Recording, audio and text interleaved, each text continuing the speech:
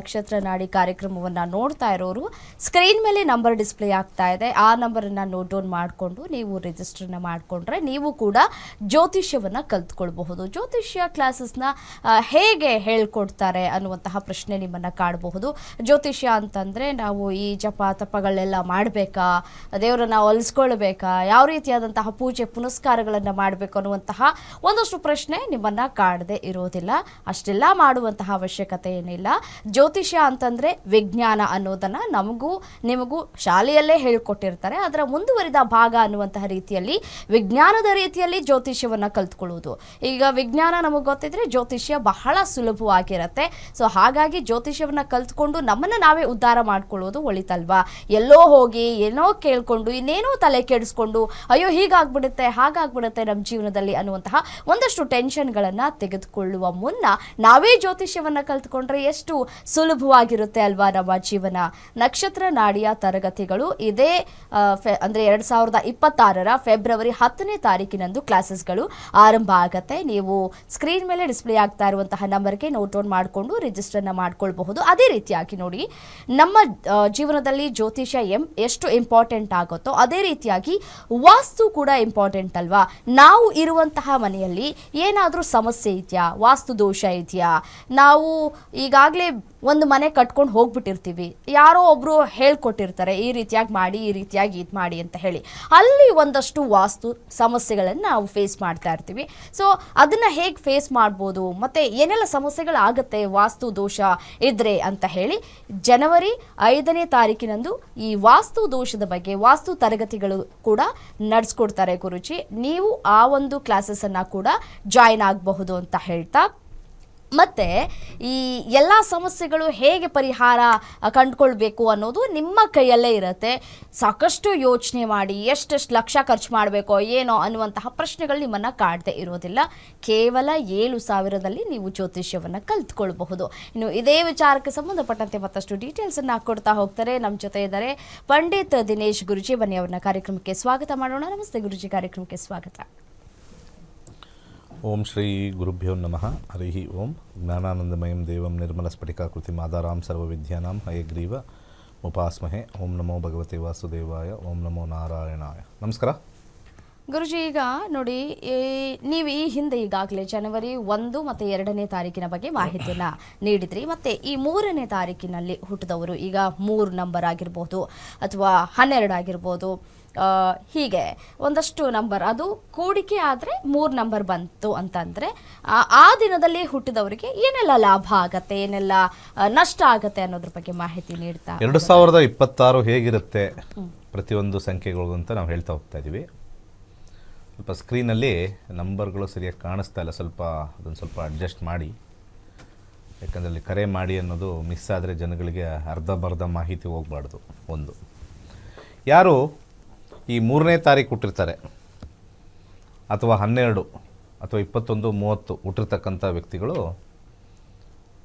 ಗುರುವಿನ ಆಧಿಪತ್ಯ ಆಗಿರ್ತಕ್ಕಂಥ 3ನೇ ನಂಬರ್ನ ರೂಲ್ ಮಾಡ್ತಾರೆ. ಈ 3ನೇ ನಂಬರ್ ರೂಲ್ ಮಾಡ್ತಕ್ಕಂಥ ಈ ಗುರುಗ್ರಹ ಸಾಮಾನ್ಯವಾಗಿ ಈ ವ್ಯಕ್ತಿಗಳು ಸ್ವಲ್ಪ ರಿಸರ್ವ್ಡ್ ಕ್ಯಾರೆಕ್ಟರ್ ಅಂತ ನಾವು ಕರಿತೀವಿ. ರಿಸರ್ವ್ ಜಾಸ್ತಿ, ಹೆಚ್ಚಾಗಿ ಎಲ್ಲರ ಜೊತೆನೂ ಒಡನಾಟ ಅದು ಇದು ಎಲ್ಲ ಮಾಡೋದಿಲ್ಲ. ಹಾಗೆ ಈ 3ರಲ್ಲಿ ಹುಟ್ಟಿರ್ತಕ್ಕಂಥ ವ್ಯಕ್ತಿಗಳು ಸ್ವಲ್ಪ ಸಾಧನೆ ಕಡೆ ಸ್ವಲ್ಪ ಒಲವನ್ನು ಕೊಟ್ಟರೆ ಅವ್ರಿಗಿರ್ತಕ್ಕಂಥ ಒಂದು ಬುದ್ಧಿಶಕ್ತಿ ಅಥವಾ ಜ್ಞಾನ ಅದನ್ನು ಬೆಳೆಸ್ಕೋಬೇಕು.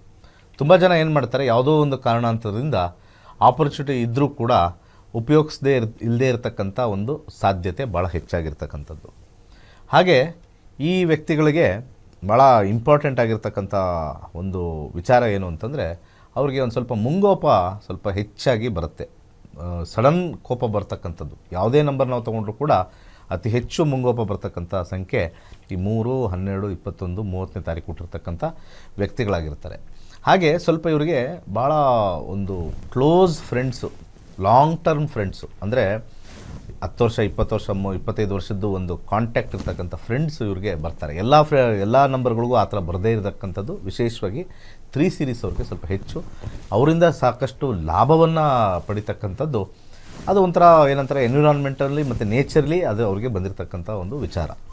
ಹಾಗೆ 2026 ಹೇಗಿರುತ್ತೆ ಅಂತ ನೋಡಿದಾಗ ಸ್ವಲ್ಪ ಮಟ್ಟಿಗೆ ಸಾಧಾರಣವಾಗಿರ್ತಕ್ಕಂಥ ವರ್ಷ ಆಗಿರುತ್ತೆ. ಯಾಕಂದರೆ ನಾವು 2026 ಅಂದರೆ 1 ಅಂತ ತೊಗೊಳ್ತೀವಿ, 6+2+2 ಅಂತಂದಾಗ 1 ಅಂತ ತೊಗೊಳ್ತೀವಿ. ಇಲ್ಲಿ ಏನಾಗಿದೆ ಅಂತಂದರೆ 2 ಚಂದ್ರ ಪ್ಲಸ್ 1 ಶುಕ್ರ, ಈ ಕಾಂಬಿನೇಷನಲ್ಲಿ 1 ಬಂದಿರುತ್ತೆ. ಸೊ ನಾವು ಟೋಟಲ್ ಮಾಡಿದಾಗ ಮೂನು, ವೀನಸ್ಸು, ಸನ್ನು ಈ 3 ಕೂಡ ಕಾಂಬಿನೇಷನ್ ನಾವು ನೋಡಿದಾಗ ಸ್ವಲ್ಪ ಜುಪಿಟರ್ 3 ನಂಬರ್ಗೆ ಈ 3 ಕೂಡ ಸ್ವಲ್ಪ ವೀಕ್ ಆಗಿರ್ತಕ್ಕಂಥ ಒಂದು ಸಮಯ. ಓವರಾಲ್ ನಾವು ಕಾಂಬಿನೇಷನ್ಸ್ನ ನೋಡಬೇಕು.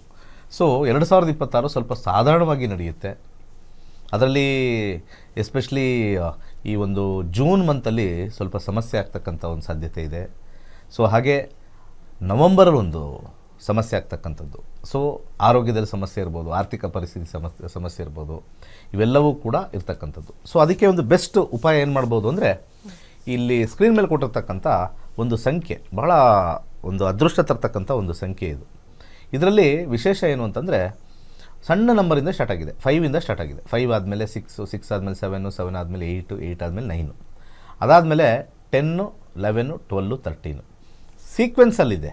ಆದರೆ ಇದರಲ್ಲಿ ಒಂದು ಮ್ಯಾಜಿಕ್ ಏನಿದೆ ಅಂತಂದರೆ, ನೀವು ಹೇಗೆ ಟೋಟಲ್ ಮಾಡಿದ್ರೆ 27 ಬರುತ್ತೆ. ನೀವು ಮೇಲಾರು ಟೋಟಲ್ ಮಾಡಿ, ಮಧ್ಯದಲ್ಲಾರು ಟೋಟಲ್ ಮಾಡಿ, ಕೆಳಗಡೆ ಇರತಕ್ಕಂಥ ಟೋಟಲ್ ಮಾಡಿ, 27 ಬರುತ್ತೆ. ಹಾಗೆ ಉದ್ದ ಸ್ವಲ್ಪ ವರ್ಟಿಕಲ್ ಅಂತ ನಾವೇನು ಕರಿತೀವಿ, first vertical, second vertical, third vertical. But ನಾವು ನಂಬರ್ ಯೂಸ್ ಮಾಡಿರೋದೇನು, ಸೀರೀಸಲ್ಲಿ ಯೂಸ್ ಮಾಡಿದ್ದೀವಿ. 5ಇಂದ ಸ್ಟಾರ್ಟ್ ಮಾಡಿ 13 ನಿಲ್ಲಿಸಿದ್ದೀವಿ. ಎಲ್ಲ ಒಂದು ಲೈನಲ್ಲಿ ಬಂದಿದೆ. ಯಾರು ನ್ಯೂಮರಾಲಜಿ ನಾನು ನಂಬಲ್ಲ ಅಥವಾ ನಂಬರ್ಸಲ್ಲಿ ಏನೂ ಇಲ್ಲ ಅಂತಂದರೆ, ಈ ಒಂದು ಮ್ಯಾಜಿಕ್ ಸ್ಕ್ವೇರ್ ನೋಡಿದ್ರೆ ಗೊತ್ತಾಗ್ಬಿಡುತ್ತೆ.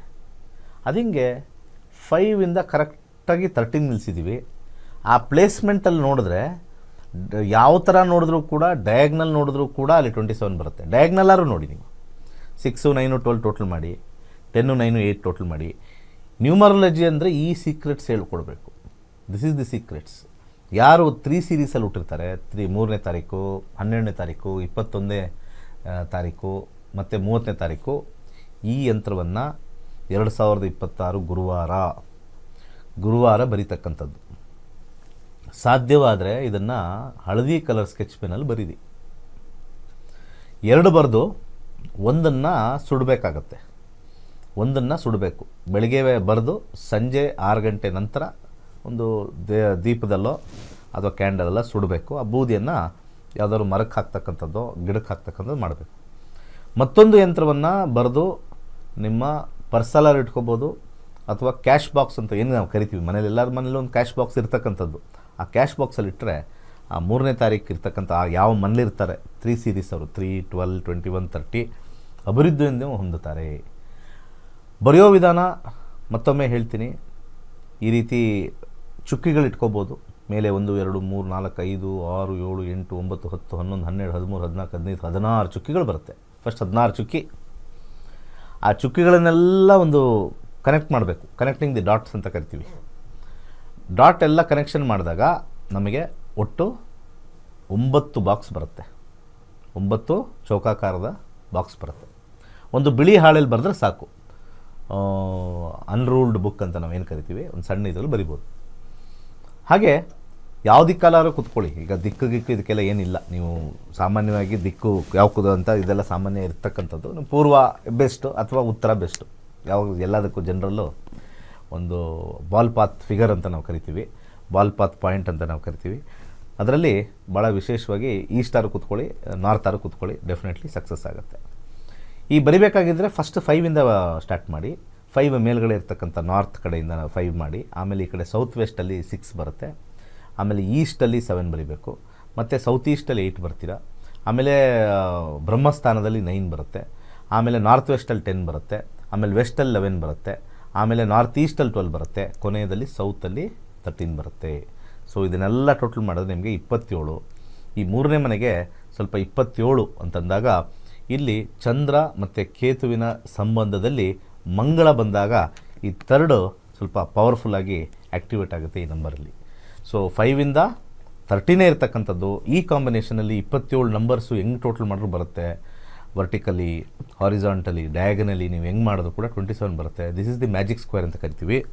ಯಾರು 3, 12, 21 ಮತ್ತು 30 ಈ ಒಂದು ಸಂಖ್ಯೆನ ನೀವು ಬರೆದು ನಿಮ್ಮ ಒಂದು ಬಾಕ್ಸಲ್ಲಿ, ಕ್ಯಾಶ್ ಬಾಕ್ಸಲ್ಲಿ ಇಡ್ತಕ್ಕಂಥದ್ದು.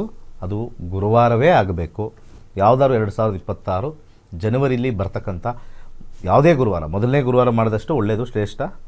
ಆಗಿಲ್ಲ ಅಂದರೂ ಕೂಡ ಯಾವುದೇ ಗುರುವಾರ ಸೆಲೆಕ್ಟ್ ಮಾಡಿ 2 ಬರೀರಿ.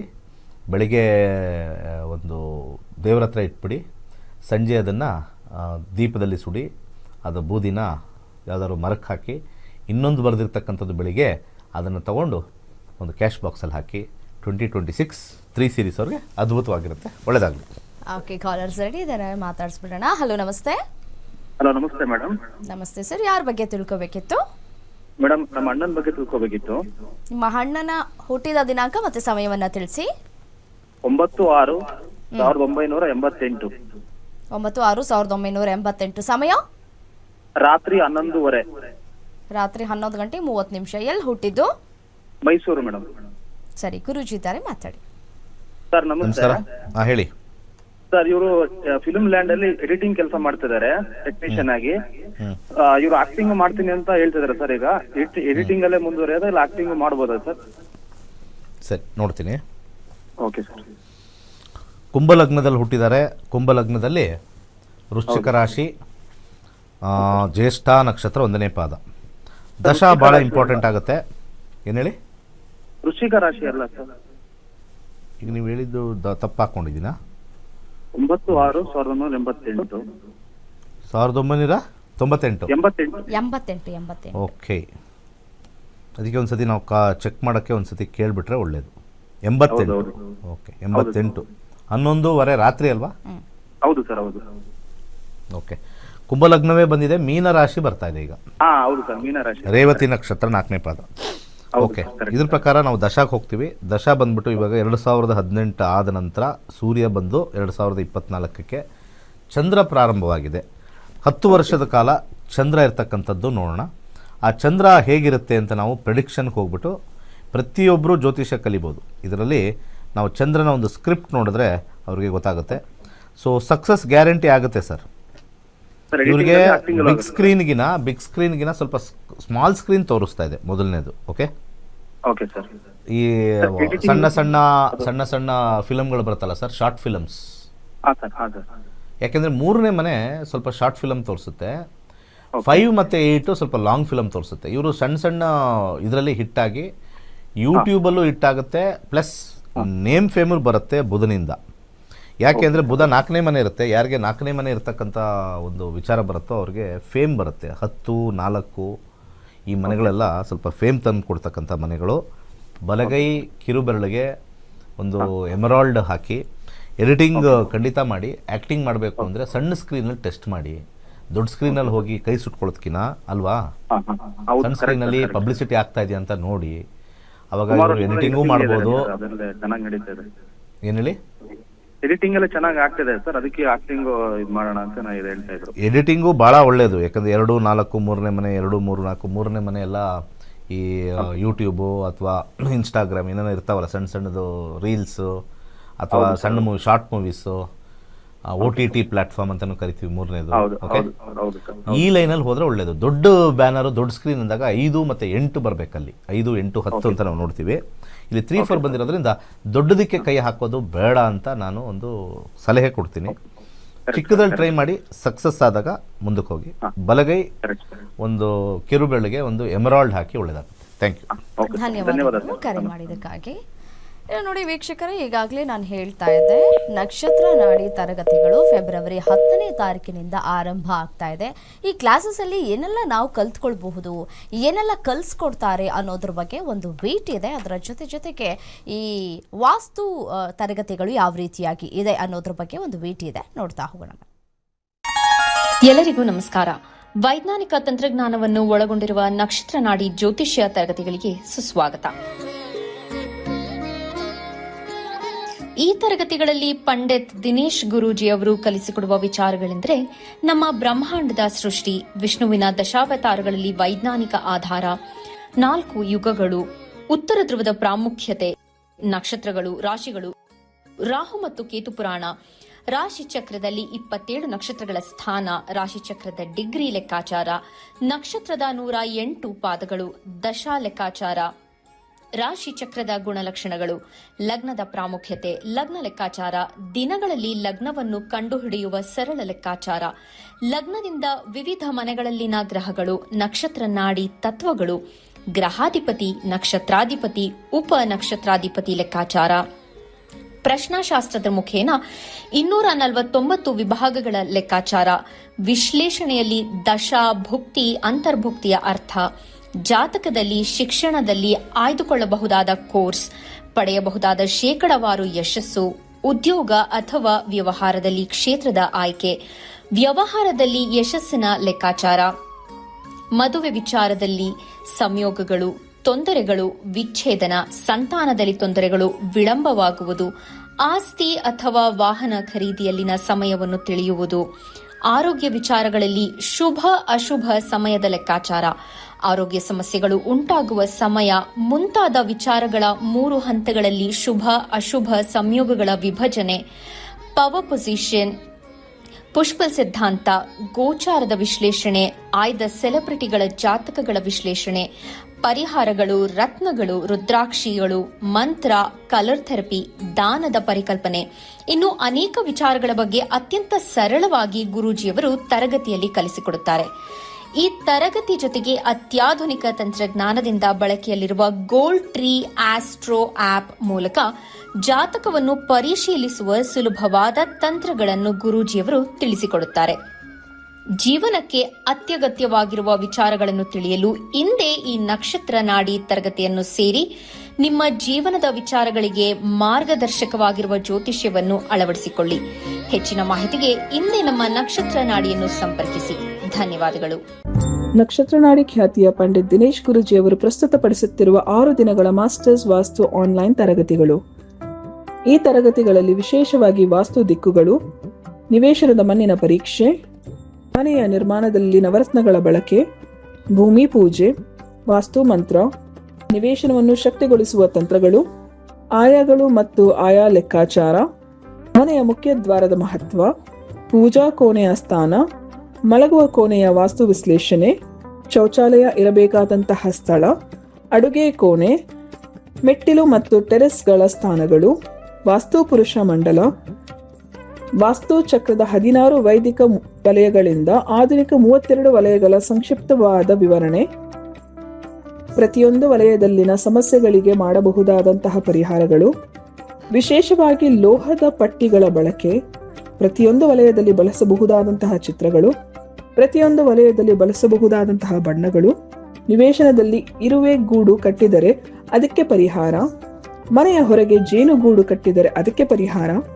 ಮನೆಯ ಒಳಾಂಗಣದಲ್ಲಿ ವಾಸ್ತು ವಿಚಾರ, ಗೃಹ ಪ್ರವೇಶ ಮುಹೂರ್ತ ನೋಡುವುದು, ಪಿರಮಿಡ್ ವಾಸ್ತು, ನಿವೇಶನದಲ್ಲಿ ಕಟ್ಟಾಗಿರುವಂತಹ ಮೂಲೆಗಳ ಪಿರಮಿಡ್ ಪರಿಹಾರ, ದೇವಾಲಯದ ನಿರ್ಮಾಣದಲ್ಲಿ ಮುಹೂರ್ತ ಮತ್ತು ಸಲಹೆಗಳು, ಪ್ರತಿಯೊಂದು ವಲಯದಲ್ಲೂ ವಾಸ್ತು ದೋಷವನ್ನು ಸರಿಪಡಿಸಬಹುದಾದಂತಹ ಪರಿಹಾರಗಳು, ವಾಸ್ತು ಬಗ್ಗೆ ತಿಳಿಯದೆ ಕಟ್ಟಡವನ್ನು ನಿರ್ಮಿಸಿದ್ದರೆ ಅದನ್ನು ಹೊಡೆಯದೆ ಮಾಡಿಕೊಳ್ಳಬಹುದಾದಂತಹ ವಿಶೇಷ ಪರಿಹಾರಗಳು ಮುಂತಾದ ಅತ್ಯದ್ಭುತವಾದ ವಿಚಾರಗಳನ್ನು ಈ ತರಗತಿಯಲ್ಲಿ ಕಲಿಸಿಕೊಡಲಾಗುತ್ತದೆ. ಈ ತರಗತಿಯನ್ನು ಕಲಿಯುವುದರಿಂದ ಮನೆಯಲ್ಲಿ ಶಾಂತಿ, ಸಮೃದ್ಧಿ, ಆರೋಗ್ಯ, ವ್ಯವಹಾರದಲ್ಲಿ ಸುಧಾರಣೆ, ಉದ್ಯೋಗದಲ್ಲಿ ಯಶಸ್ಸು, ವಾಸ್ತುವಿನಲ್ಲಿ ಅತ್ಯುನ್ನತ ಜ್ಞಾನವನ್ನು ಪಡೆಯಬಹುದಾಗಿದೆ. ಈ 6 ದಿನಗಳ ಆನ್ಲೈನ್ ವಾಸ್ತು ತರಗತಿಯು ಜನವರಿ 5ರಿಂದ ಶುರುವಾಗುತ್ತಿದೆ.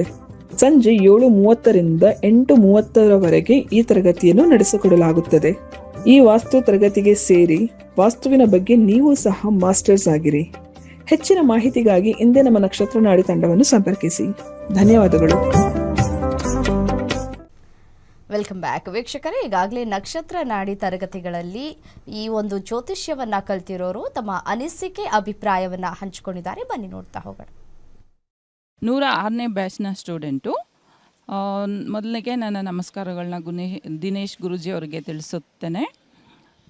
ನಕ್ಷತ್ರ ನಾಡಿ ಇದು ಒಂದು ದೈವಿಕ ವಿದ್ಯೆ. ಇದನ್ನು ಎಲ್ಲರೂ ಕಲಿಬೋದು ಮತ್ತು ಇದರಿಂದ ನಮಗೆ ತುಂಬ ಅನುಕೂಲ ಆಗತ್ತೆ ಈ ನಕ್ಷತ್ರ ನಾಡಿಯಿಂದ. ಏಕೆ ಅಂದರೆ ಮುಂದೆ ನಮ್ಮ ಭವಿಷ್ಯದ ಬಗ್ಗೆ ನಾವು ಏನು ಅಂತ ತಿಳ್ಕೊಬೋದು ಇದರಿಂದ. ಅಂದರೆ ತುಂಬ ಏನು ಓದೋದು ಅವೆಲ್ಲ ಏನಿಲ್ಲ. ನಮ್ಮ ದಿನೇಶ್ ಗುರೂಜಿಯವರು ತುಂಬ ಸರಳವಾಗಿ ನಮಗೆ ಅರ್ಥ ಆಗೋ ರೀತಿಯಲ್ಲಿ ಹೇಳ್ಕೊಟ್ಟಿದ್ದಾರೆ.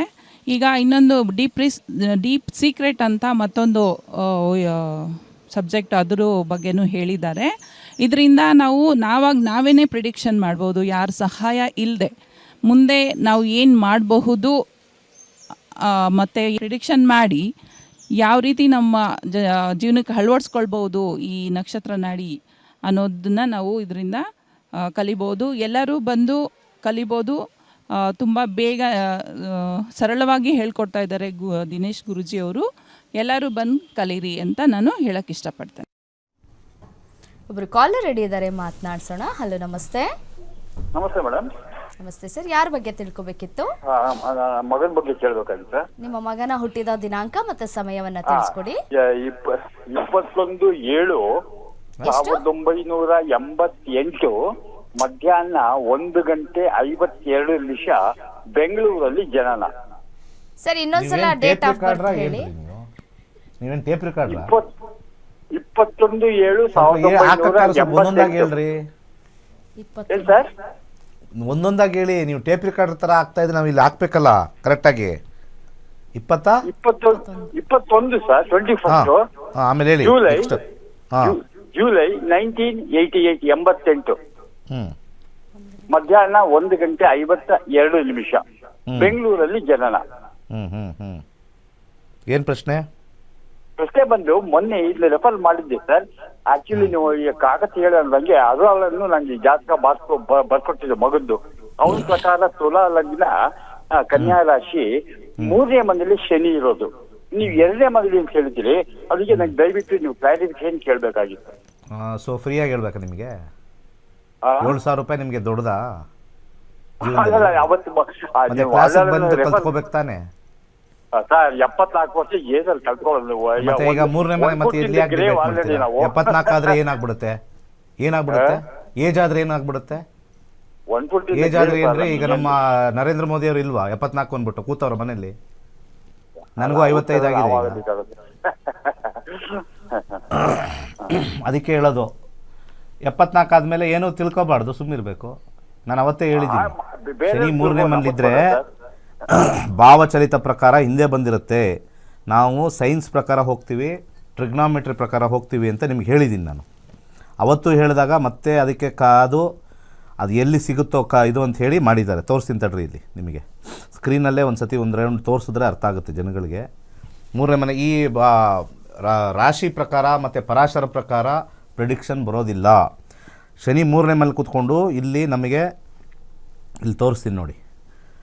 2ನೇ ಮನೆ ಯಾಕೆ ತೋರಿಸ್ತಾ ಇದೆ ಅಂತಂದರೆ ಬಿಕಾಸ್ ಆಫ್ ಭಾವಚಲಿತದಲ್ಲಿ ನಾವು ಯಾವಾಗಲೂ ಕೂಡ ನೋಡಬೇಕು. ಭಾವಚಲಿತ ಈಸ್ ಪ್ಲೆಸಿಡಸ್ ಸಿಸ್ಟಮ್. ಟ್ರಿಗ್ನಾಮೆಟ್ರಿ ಯೂಸ್ ಮಾಡ್ತೀವಿ. ಇಲ್ಲಿ ನೀವು ನೋಡಿದಾಗ ಎಲ್ಲರಿಗೂ ಅರ್ಥ ಆಗಲಿ, 3ನೇ ಮನೆ ಸ್ಟಾರ್ಟ್ ಆಗ್ತಕ್ಕಂಥದ್ದು 25 ಡಿಗ್ರಿಯಿಂದ ಸ್ಟಾರ್ಟ್ ಆಗುತ್ತೆ. ಆ ಮನೆ ಸ್ಟಾರ್ಟ್ ಆಗ್ತಕ್ಕಂಥ ಮನೆ, ಯಾಕೆಂದರೆ ಲಗ್ನ ಸ್ಟಾರ್ಟ್ ಆಗೋದು 25 ಡಿಗ್ರಿ. ಆ ಲಗ್ನ ಸ್ಟಾರ್ಟ್ ಆಗ್ತಕ್ಕಂಥದ್ರಲ್ಲೇ ನಾವು ತೊಗೊಂಡು ಹೋಗ್ತೀವಿ ಎಲ್ಲನೂ. ಯಾಕೆಂದರೆ ಒಂದು ಮನೆ ಈ ಲಗ್ನ, ಈ ಎಸ್ಪೆಷಲಿ ಪರಾಶರದವ್ರು ಇರ್ತಾರಲ್ಲ, ಪರಾಶರ ಲಗ್ನ ಅಂತ ಹೇಳಿದ ತಕ್ಷಣ ಪೂರ್ತಿ ಮನೆ ಲಗ್ನ ತೊಗೊಳ್ತಾರೆ. ಇದು ರಾಂಗ್, ಕಂಪ್ಲೀಟ್ಲಿ ರಾಂಗ್. ಇದು ಲಗ್ನ ತೊಗೊಳಕ್ಕಾಗೋದೇ ಇಲ್ಲ.